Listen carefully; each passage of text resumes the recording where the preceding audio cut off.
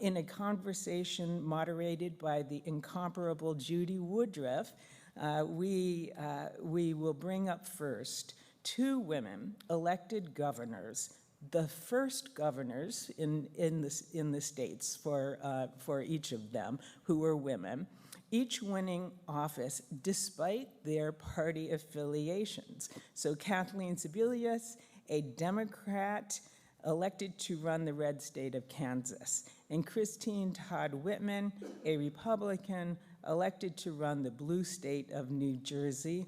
So let's call them up, and please help me in bringing them up to the stage.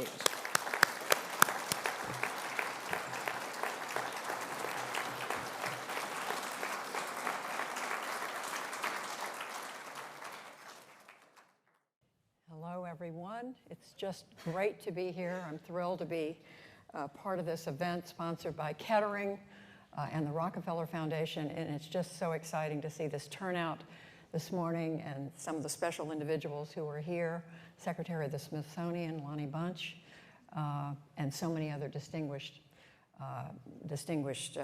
people who are with us. So thank you, and I'm honored to have this conversation with, as Sharon Davies just said, you could not have two more perfect people to talk about what we're going to talk about this morning. Kathleen Sebelius, of course, was governor of the state of Kansas before she later became the Secretary of Health and Human Services for the United States. Governor Judy Whitman was governor of the state of New Jersey, arguably a Republican governor in a blue state. Governor Sebelius, a Democratic governor in a red state, and we don't like to label states forever, but I think it's safe to say that right now that's where we are. But let me just lay the groundwork here and start with you, Governor Whitman. Where are we right now in terms of working across the divide? As you look at how things are working in Washington and across the country, you can talk about state capitals. How are we doing at working across the divide? Well, I wish we were doing better, let me put it that way. I mean, there have been some good signs recently in Congress. There have been a couple things that have happened. Knocking down Marjorie Taylor Greene's effort to throw out the speaker was a good example of bipartisanship. Getting the money through for Ukraine and Israel was another example of bipartisanship that worked. But in general, I don't think our democracy has ever been this threatened, quite frankly. We're hanging on by a thread. But we've got really good people who are working to protect it, and that gives me hope. Governor Sebelius, or Secretary Sebelius. Kathleen is fine. I would agree with Christy about the recent congressional action. And actually, you know, if legislation passing and being signed into law is a mark that Congress has moved on some big issues that they've never been able to put together before. And I think that is a good sign. But a lot of the system in Congress still seems pretty broken. I think states move at a different pace. And at the end of the day, they pass budgets, they pass bills, and they go home. And I think the American people notice the difference. Congress seems hopelessly, you know, unable to come to grips with daily chores, and states continue to move along regardless of the composition of the state. So I think there's a difference in operation. I'm concerned, Judy, as you ask about the platform across the board, that it's not just the elected bodies that I think Americans have some doubt about whether or not they can perform adequately, but you see people beginning to lose faith that the courts are really nonpartisan, unpartisan. Decisions being made are really brought into question. The courts at the highest level has become, you know, an activist court pulling up cases that were not necessarily on the docket so they could make very, I would suggest, controversial decisions. That to me is very dangerous and gives people some loss in faith of an independent judiciary. And I think you see, you know, others in the checks and balances system kind of deferring. So there was an opportunity to, you know, hold the prior administration accountable for the attack on the Capitol, that was deferred. So you've got court delay, institutional deferential system, you've got some gerrymandering going on. So I would agree with Christy, we're at a very precarious point where, if the checks and balances don't operate successfully, then we're in real trouble. Governor Whitman, yesterday we heard Georgia Representative Marjorie Taylor Greene on the floor of the House in an effort to remove the Speaker, a member of her own party, Speaker Mike Johnson, and her principal argument is that he worked with the other party, that he worked too closely with Democrats. Is that now the operative thinking in Washington from both sides, or are we looking at an extreme? Unfortunately, it's not that new. I mean, when I can remember going for my courtesy meetings before my appointment at head of EPA, and I was told in the meeting with one of the senators, never use the word consensus. I mean, compromise. Never use the word compromise, because to whoever you said it, they immediately think, I lost something. They don't know what it is, but they think they lost something. And when people have that kind of attitude, that's why I say consensus instead of compromise. Hopefully we can get around that term. But no, that's been an issue for a long time now, unfortunately. I mean, that was back in 2001. And so it's only gotten worse. And part of the problem when people say, well, how did we get here? My response is always look in the mirror. Because for too long, we didn't vote in primaries. Average voter turnout in primaries, 10%. Well, who are those 10%? Most partisan tend to be on the extremes. Then you get to the general election, Congress top of the ticket, 34% turnout is a good turnout. Presidential, we're really still talking about 55% being good. And that is just really, if you think about it, appalling, because more and more people are not liking their choices at the top. And so you have to go back and say, hey, did you ever take civics? Because if you did, you would know that the primaries are important. You need to get out and do that. And we didn't for so long. So that's how we got here, and it's just getting worse, unfortunately. I'd like to pick up on that just a moment, because voting, I think, is essential in a democracy. And I want to give some more alarming statistics. Only 62% of eligible adults are registered to vote. 62%. So the turnout of 55% is 55% of 62%. We have almost 97 million Americans who are not registered. They're just off the table. In any election, the majority of eligible electors don't vote. Any election. High turnout elections, you're still talking about a percentage of a percentage. That's a dangerous place to be in a democracy, when people don't see the ballot as their way to make a difference, when people don't feel that it makes any use. Why should they register? Why should they vote? They don't like the results, so they're out. And I think we have some systemic problems, starting with the Electoral College, where we have a president who elected in 4 or 5 or 6 states. I mean, I live in Kansas. I know that my vote for president is unlikely to make any difference, because the state is highly likely to support a Republican nominee who I'm unlikely to support. And I think millions of Americans are in that same situation. So we have some voting issues that I think are really problematic. But there also, the other part of that, to add to that, is you've got 500,000 elective offices across the country, and 70% of those are uncontested in any given year. 70%, and of those 5 to 10% are never filled. So is the middle just off the playing field? I mean, both because of not being registered to vote, and because so much of our system now has driven our elected leaders farther to the right, farther to the left. Well, I think, again, there has been a systematic effort since the early 2000s, and I don't mean to sound overly partisan about this, but this is fact, driven by the Republican Party to make it more difficult for people to vote. Going after the Voting Rights Act, putting up registration barriers, making it harder to show up on election day, moving polling places. I mean, a whole series of initiatives which didn't encourage participation, it discouraged participation. And up to and including, the direct participation of people on ballot measures. Yeah, Let's move the threshold. I Absolutely, was every saying time. earlier today. especially for independents. If try to we get on the had, ballot. you know, if we talked about this in football terms, let's say, and I do live in the home of the Kansas City Chiefs, so, you know, let's talk Sorry about about you. football a little bit. But if you said at the end of the Super Bowl, the 49ers won the game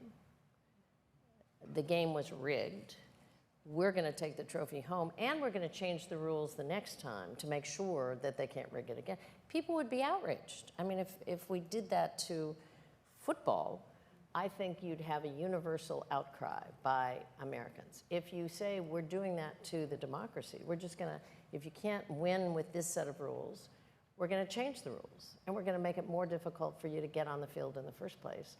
I think a lot of people don't see the democracy in the same time. I mean, maybe we need to start talking about football terms and talk about, I'm serious. Yeah. What are the rules? Yeah. Do we all agree on the rules? Can we see the game? Did you watch the outcome? Who won, who lost? And we're not going to change the rules the next time because you lost. And we now see a number of Right. prominent Well, they're even, Republicans saying they're not I going to mean, accept just to it. follow up on that, they are also, the two parties, with all due respect to either party, no. the two parties have the system exactly the way they want it. And because of redistricting, you have all those districts that are non-competitive. And when I am one of the co-founders with Andrew Yang, if you want to talk about bipartisanship, of the Forward Party.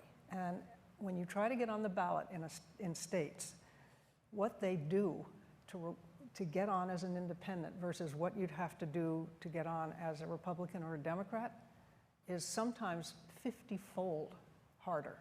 50% more signatures to get on the ballot in some states as an independent than it is for a Republican or a Democrat. And that's the extreme, but there are a lot of those, and you see that changing. The minute they feel that there really may be a legitimate third-party effort, it's amazing how those rules change and make it more difficult every time for there to be a third-party candidate. Unless you're in Michigan, and then two people can Right. put you on the ballot. Right. Or in Pennsylvania, if you have a statewide candidate who gets 2% of the vote, then you become a minor party for 10 years. Secretary Sebelius, when you were governor, how did you work? I mean, give us some examples of how you worked with the other party in Kansas to get things done. Well, I always had a majority Republican legislature, so I never enjoyed a majority of my own party. So I knew to get anything done, I needed Republicans. I mean, it wasn't a luxury to say if I had all the Democrats, we could pass things. That just, the numbers didn't work. So I think that mindset helped from the beginning. But at least in Kansas, there were always sort of three parties. There was the Democratic Party, pretty united, broad coalition, didn't agree on everything. There was I would say, a more moderate, Bob Dole, Nancy Kassebaum Republican Party. And Kansas was one of the first parties to actually begin to split well before the National Party split at the Republican basis. We saw this very right-wing group of new legislators being elected who did not support anything the government did. That was the real difference. They did not support public education funding. They did not support, public health. They didn't. It wasn't a debate about how much the government should do versus the private sector. Government should do nothing. And I think you see that mindset in Congress. Shutting down the government is not an issue if you don't want government to do anything, right? If you really believe that that's the best place to be, then shutting the government down doesn't matter. So I always had a group of Republicans who, wanted school finance. And I inherited a 6-year-old constitutional battle on school finance. And the lawyers decided not to accelerate the case until I was elected because the previous governor made it clear he didn't want to really engage in that. So we had the court on one side, we had a legislature on the other side, and we had to pass a constitutional school finance funding bill. And it took a while, it took a special session, me vetoing a few things, but at the end of the day, we did. And we put together a formula that I think was fair and more funding for schools, but also more equitable for kids across the state. So it was a matter of picking who you could work with on the other side Oh, and you sitting bet. down with them. And did it involve persuasion, or did they just come to the table ready to? Oh, they did not come to the table. Persuasion, a few little threats, you know, negotiation. President Obama used to say, you know, for people who were on the other side, if they'll help me with health care, I'll mow their lawn, you know, I'll pick up their dry cleaning, you just tell me. But I think that's part of it, Judy, is personal. Yeah. I could establish, it was about relationships and about trust. I had been in the legislature. I knew a bunch of these folks. I also knew what they needed to deliver back home. And one of the things we did is what I would call an inside-outside game. They were very good at being in Topeka and voting one way and then going home and telling their constituents, oh, I support education, I support this. So I went on a tour picking out very specific districts, and I would go report on how they were doing with very specific examples. And I'd be there with the Chamber of Commerce and with the school superintendent and say, you know, Reverend Barber talks about being interested in lifting people out of poverty, but you know, he's eating $400 meals and being hosted and toasted by lobbyists. I'm using Reverend Barber because I know that is the furthest thing he would ever do. But I mean,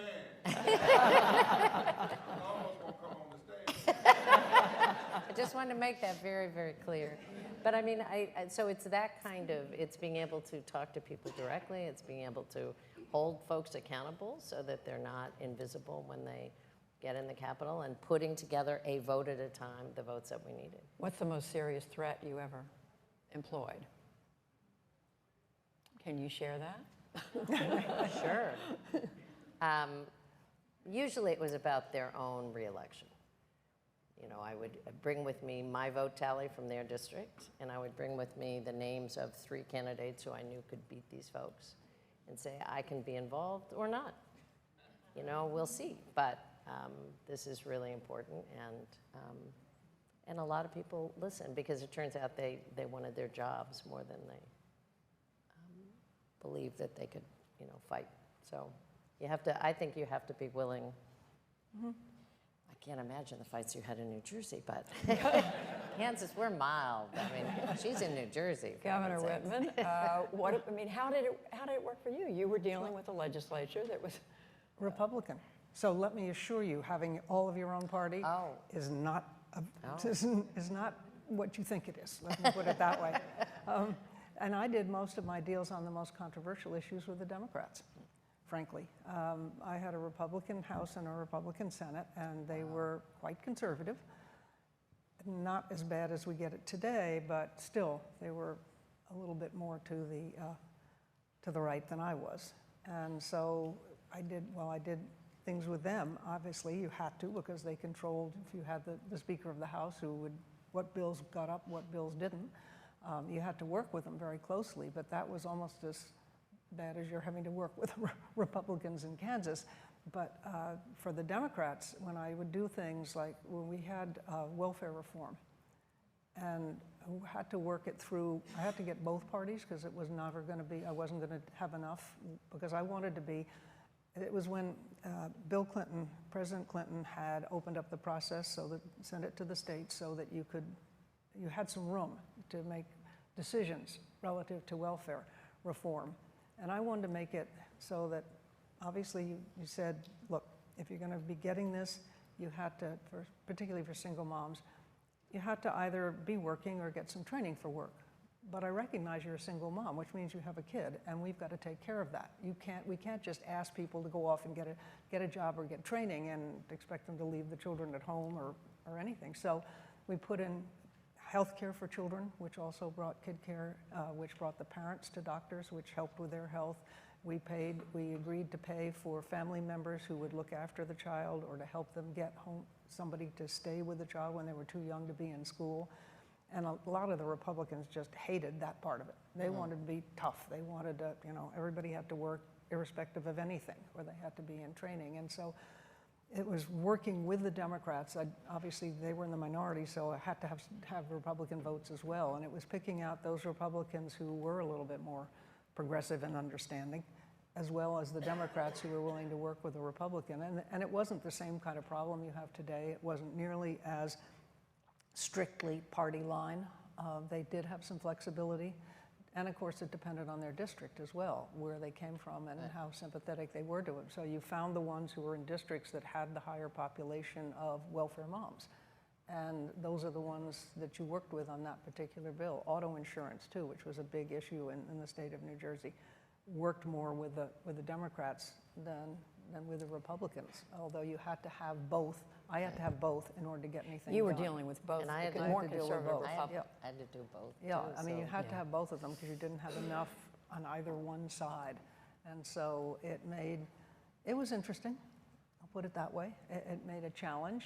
You did kind of put some pressure on them at times, but I didn't do a lot of that. I didn't have to go to the districts and say, I might play in this or I might not.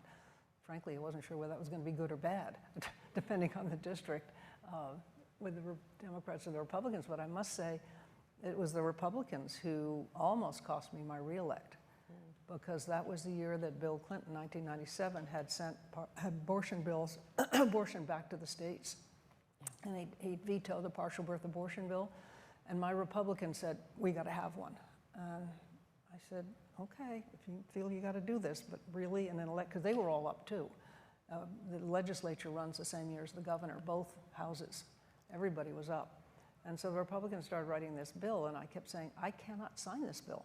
Not because I'm pro-choice, not just because I'm pro-choice, but because the New Jersey state constitution requires an exception for life and health of the mother, and they weren't putting that in because that's what the really hard pro-life people didn't want to see that in. And I don't think they thought I was going to actually conditionally veto it. At that point, I was the only governor that had what was known as a conditional veto, which meant that on any piece of legislation, as long as I stayed within the parameters of the intent of the bill, I could rewrite it, and it took a 2/3 vote to override. Wow. And I didn't I'd use like it that. much. But every governor, believe me, they all envied me that one, as well as some of the other powers that New Jersey governors had, and have. But I did. I rewrote it, and I did put in for the first time some restrictions on late-term abortions. Saying young people under 16 or had to find someone. It didn't have to be a church. It could be a church. It could be a doctor. It could be a mentor. It could be, we made it as broad as possible. And I sent it back to them. It was the only time they overrode me and overrode a veto. That was the only veto I had overridden.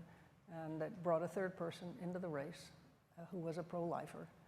And as I said, if I'd gotten half of what that person had gotten, which I would have easily, in New Jersey, it would have been a landslide. As it was, I squeaked through, but they still called me governor at the end of the day. Are there, I mean, it sounds heroic, I mean, in today's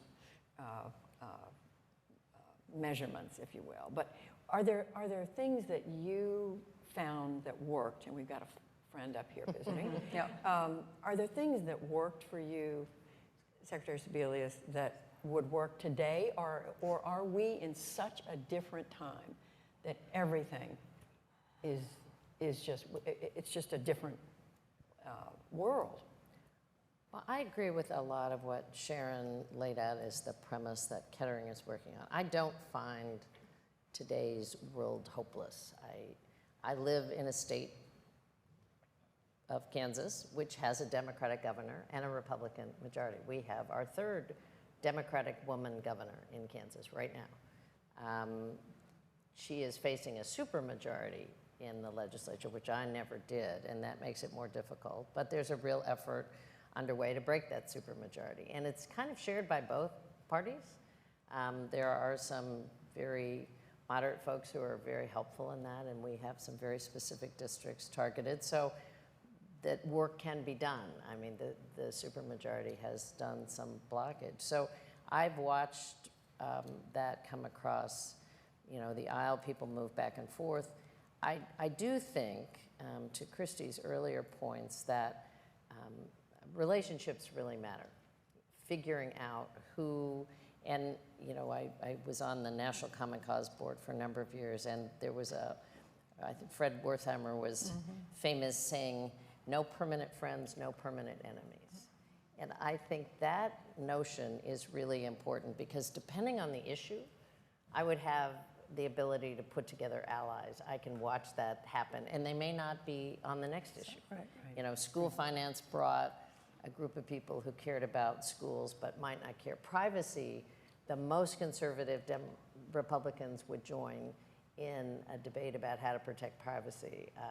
And, you know, so it went back and forth. And I think our current governor, again, elected by a majority of the votes and has a more difficult legislature, but she can continue to get things done. What I hear people talking about in Washington, which I think is almost more frightening than some of the antics, is the extreme dislike members have for one another, the personal attacks people have for each other. That's, I think, more corrosive in some ways than the numbers. Because if you can't form those relationships, if you can't trust your colleague, if you can't rely on some basic agreement on what the facts are, then I think you're in real trouble. This doesn't work because it's really about, I think, personal connections and at least a shared set of facts. I mean, these are the rules. We'll play by the rules. You win sometimes, I win sometimes, and we'll move on. But that does not seem to be the attitude of folks right now, particularly in DC. What about for you, Governor? Did anything you saw or worked with then apply today? Well, again, I agree with Kathleen that personal relationships still apply. What gives me hope is organizations like the States United Democracy Center that I co-chair a part of, and that's nonpartisan, non-political, but it's about defending democracy, fighting back against these efforts to undermine the ability to vote, the kinds of things you were talking about of moving polling places and things like that. We bring lawsuits, we go after that and try to do everything we can in helping states attorneys general, secretaries of states, governors push back. And the number of people that are using that are actually looking for what the kind of work we're doing to help them push back is encouraging.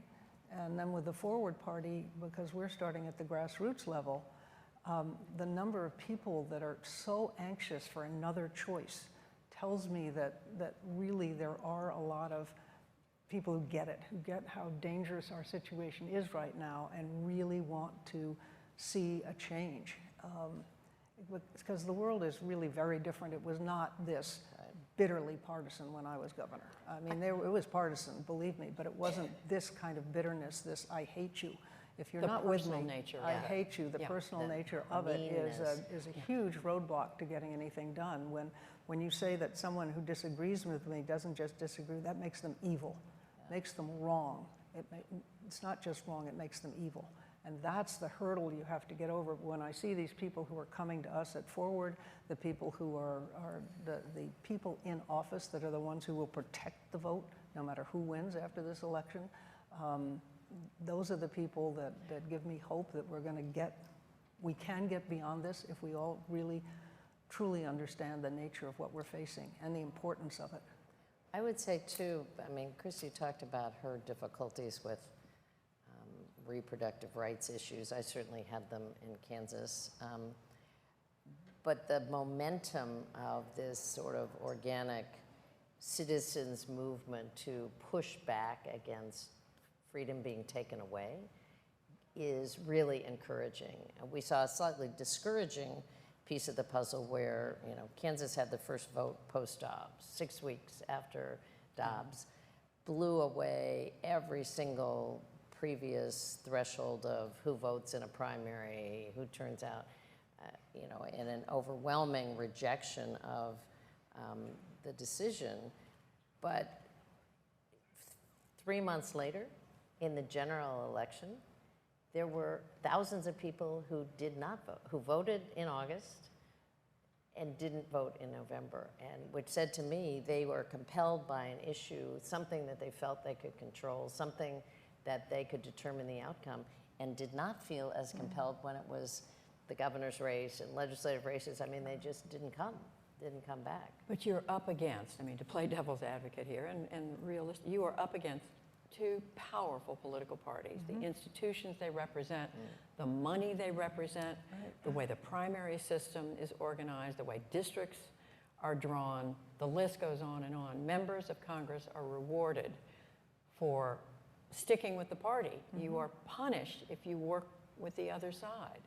And as you said, Governor Whitman, it's not a new thing. It's been around for a while, but it seems to me it's even more entrenched today. So how do we begin to make it okay to work with the other side, to find, I mean, you and I, the three of us were talking before we came up here about what happened with immigration, the immigration compromise, and other issues. How do you begin to turn that? Well, that's what we're doing at Forward, frankly, is starting at that state and local level. And the Forward Party is different from any conventional party in the sense that they're at the federal level. We don't have a platform that says you have to be pro-choice or pro-gun. What we have is a platform that if you want to be a Forward candidate, and we support Republicans, Democrats, Independents, where we're not on the ballot, but we're on the ballot in 5 states, you have to sign this pledge that says, I will uphold the rule of law, I will support the Constitution, I will work with anyone to solve problems and create a safe environment for the discussion of controversial issues, work constantly to open the process and ensure that anyone who is eligible to vote gets to vote, and make it easier for that process. And then it's going to be up to the states and the candidates to determine what are the issues of importance to their constituents, rather than have a federal party tell them what to do.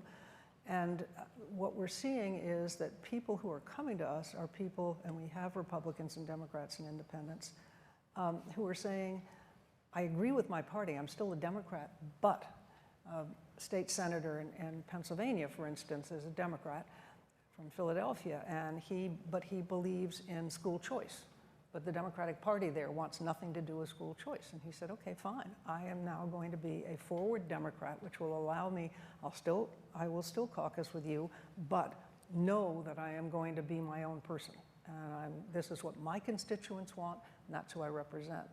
And if you give people an opportunity to see that their vote will matter, the other thing it will do, we're looking at the reverse coattails impact of, if you don't want to vote this year because the presidential choices are just something that you don't want to deal with, but if you see a school board member, or you see a local mayor or council person, or you see an attorney general or a secretary of state candidate that you think is in the center, you'll come and vote for them.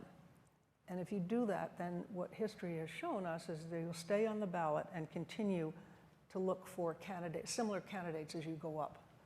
And that will hopefully bring more people to the poll who are centrists, who will pick Republicans or Democrats or Independents, who are people who are in the center, willing to work to solve the problems of their constituents rather than just what the party tells them. And this has been going on for so long, because in '97, after I won re-election, I was asked to run for the Senate. I didn't want to, but I said, okay, I'll come down and talk about it. Met with the Senatorial Campaign Committee then and was told if I said one word about campaign finance reform, that was it, no support from them. And that's the kind of strength that the How many parties states have. are you on the ballot with the Forward? 5. We're on Utah, Texas, Utah, Florida, North Carolina, Texas, and Connecticut. And do you expect to be on how many more? Probably not this year any more than that, but we have candidates in almost every state. I'm going to come back to the question. You're up against this massive, powerful political system. 2 parties that come at it with all the money, all the influence. How do you change this? Well, I have a slightly different approach. I'm not sure having a third party is the solution. I respect the work that the governor's doing. I guess I think that a lot of what is being described is part of a broad coalition within an umbrella of a party. I think there are, certainly Democrats who span a great ideological spectrum, and the notion that Democrats actually voted yesterday to save Steve Johnson as Speaker Mike Johnson, I'm sorry, whatever his name is, Mr. Johnson from, is almost unfathomable given his political beliefs. But I think what you saw is people who said, we want a system to be able to work. We want to be able to govern. We want to be able to do our jobs. And that, caused a vote that leapt over a lot of party line principles, a lot of philosophical differences. That goes on less frequently in Congress. That at least is the practical operation that goes on in states, I think, on a much more regular basis. I was kind of chuckling about primaries. There was a long time in Kansas where if you had one live Democrat who would sign up for any seat, you were thrilled. I mean, Democrats didn't vote in primaries. We didn't have two people who were contesting anything. It's like, are you alive? Are you breathing? Are you registered? Would you be a candidate? That has changed somewhat. We actually have primaries, and people are starting to vote in primaries. But I think having a litmus test is very dangerous. Having to, you can only be a Republican if you believe these three things. You can only be a Democrat if you believe these three things. That, I think, gets into a dangerous territory, and that is happening in some areas on a regular basis. And I think those of us who believe that you need to govern with people in a broad ideological spectrum need to actually resist that at the party level. And I hear you, and at the same time, are there steps that can be taken structurally? Primary reform. We know there's some of that underway. I was just in Alaska a few weeks ago, looking at what they've done. There's now an effort to repeal that. I know. But are there steps that... Absolutely. Redistricting done by a commission that has nothing to do with parties would be a huge step.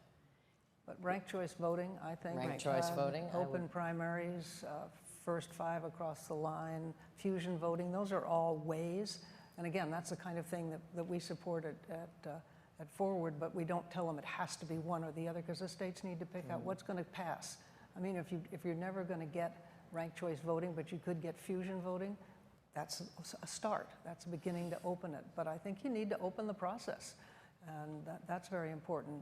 Redistricting money.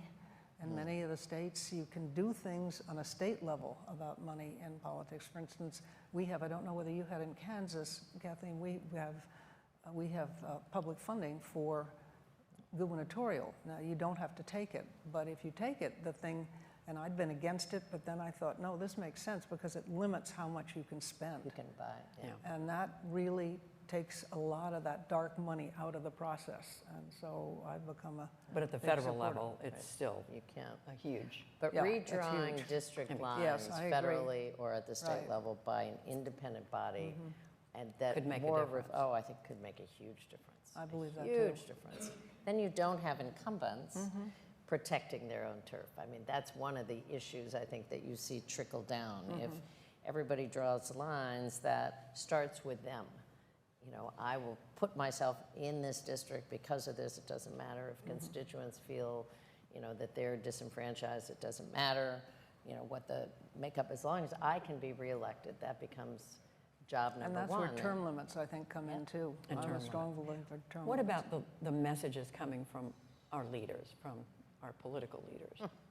Yeah, Boy, I agree. how much difference could that make, can it make right now? Words shape behavior, so it could make a huge difference. I mean, I don't hate Donald Trump. I deplore what he's done to our country. And it's his words that have made people feel that it's okay to act out on things and emotions that have always been there. I mean, unfortunately, we have to acknowledge that, but it was never okay to be open about racism and about anti-Semitism, and it wasn't okay to go in and if you lose, you don't just get mad, you take a gun out. I mean, it's because of that it's so changed the country that make people concerned and afraid, and a lot of good people won't run for office because they're afraid. They say, why should I put my family through this? Or they're personally, physically afraid. And that's something we just haven't seen. I think you also, I mean, I've talked to young people who are teachers or in the mental health profession, and they are really alarmed at what's going on with kids who are mimicking the kind of language, you know, the notion that you call people losers or suckers, or you mock their physical appearance, or you mock their parents. And the response that this young teacher talked to me about is, well, the president says that, so I can say it. Right. I mean, and they're talking about Donald Trump. And when you think about that, I mean, that bully pulpit and that ability to be mimicked and is very, very powerful. And that's been going on now, you know, for years. And it's now regarded as sort of okay. We almost become immune to language like that by one of the highest leaders in the land. And I think it has a huge impact on people's behavior, on what they feel comfortable saying to one another. And when your kids begin to mimic it, it's really terrifying. And I have a question about the not much example of working across the aisle in Washington, but that seeped down to the state level. I mean, you've been talking about that.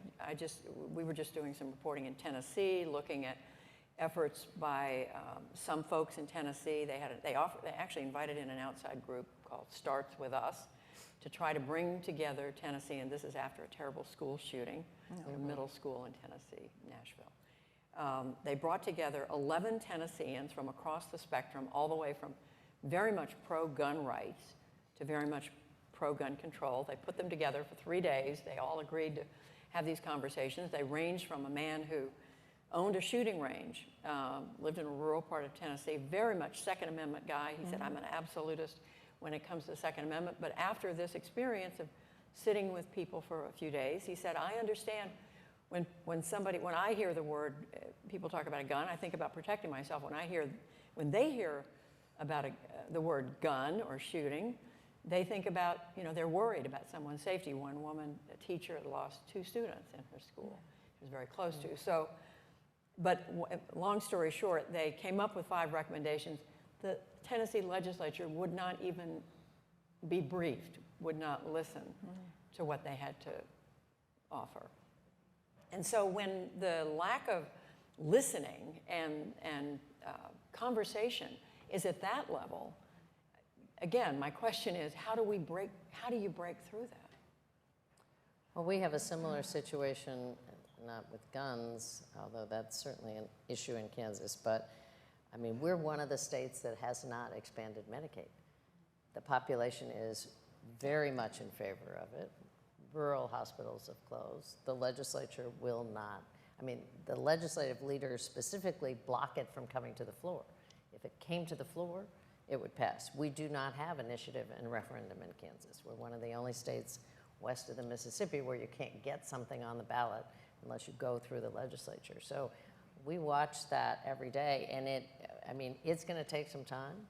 We may be the 49th state to expand, but it's going to happen. And there is a lack of accountability often within our legislative body. I think after the big vote on the constitutional amendment guaranteeing privacy, the legislature went right back and passed 4 more horrific abortion bills trying to limit women's rights. They passed one this year, the 11 questions you have to ask a woman before she is allowed to have them. Like, why are you doing this? Have you informed your spouse? I mean, it's really stunning, and overrode governor's vetoes in all of them. So the voters say one thing, the legislature does another, and I think the solution in this case is not only more talking and listening, but going and firing the people who are blocking that democratic process, and that's one of the things I'm going to be involved in this fall. And just to, again, report to the voters, this is the way your legislator voted on these 3 issues. Here's the way this district feels about these 3 issues.